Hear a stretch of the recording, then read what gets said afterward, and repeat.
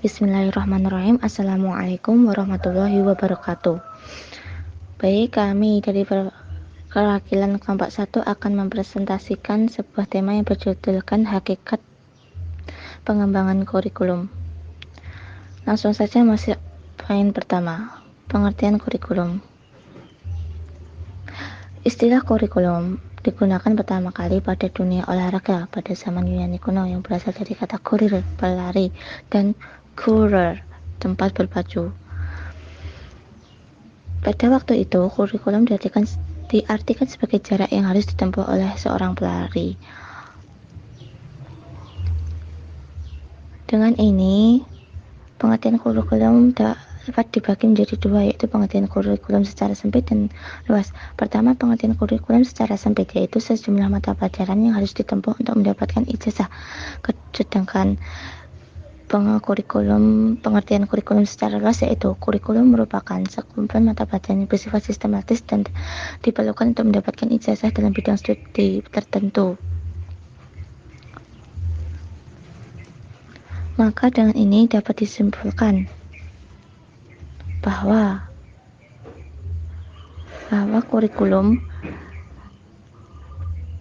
kurikulum adalah seperangkat rencana dan pengaturan mengenai tujuan, isi, dan bahan pelajaran serta cara yang digunakan sebagai pedoman penyelenggaraan dalam penyusunan kurikulum tingkat satuan pendidikan dan silabusnya pada setiap tahun pendidikan kegiatan belajar mengajar. Poin yang kedua, kedudukan kurikulum.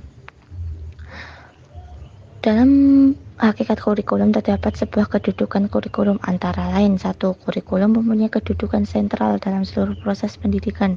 2. Kurikulum merupakan suatu rencana pendidikan memberikan pedoman dan pegangan tentang jenis, lingkup, dan urutan isi serta proses pendidikan. 3. Kurikulum merupakan suatu bidang studi yang ditekuni oleh para ahli atau spesialis kurikulum yang menjadi sumber konsep-konsep atau memberikan sebuah landasan-landasan teoritis bagi pengembangan kurikulum di berbagai institusi pendidikan. Baik, langsung masuk bagian peran dan fungsi kurikulum.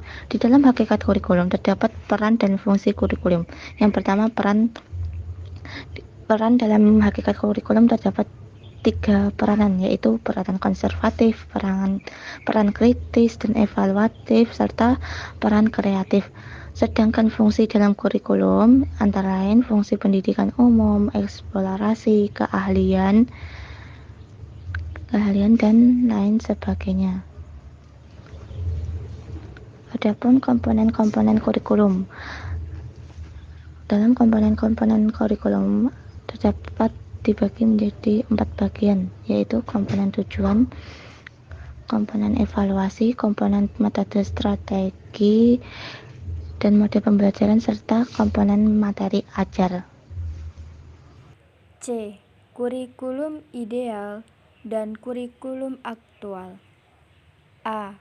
Kurikulum ideal yaitu kurikulum yang berisi sesuatu yang ideal, sesuatu yang dicita-citakan sebagaimana yang tertuang di dalam dokumen kurikulum. B.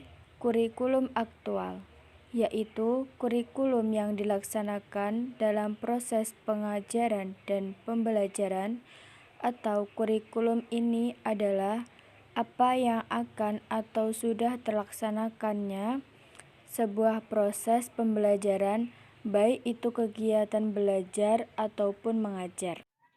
D. Kurikulum tersembunyi. Kurikulum tersembunyi dapat diartikan sebagai kurikulum yang tidak direncanakan, kurikulum yang tidak tercantum dalam kurikulum formal. Kurikulum tersembunyi tersebut tidak tampak, tetapi dialami, dirasakan, dan mampu mempengaruhi dan membentuk karakter peserta didik. Fungsi kurikulum tersembunyi sebagai cara dari kontrol sosial. Kurikulum tersembunyi mempromosikan persetujuan terhadap nasib sosial tanpa meningkatkan penggunaan pertimbangan rasional dan reflektif.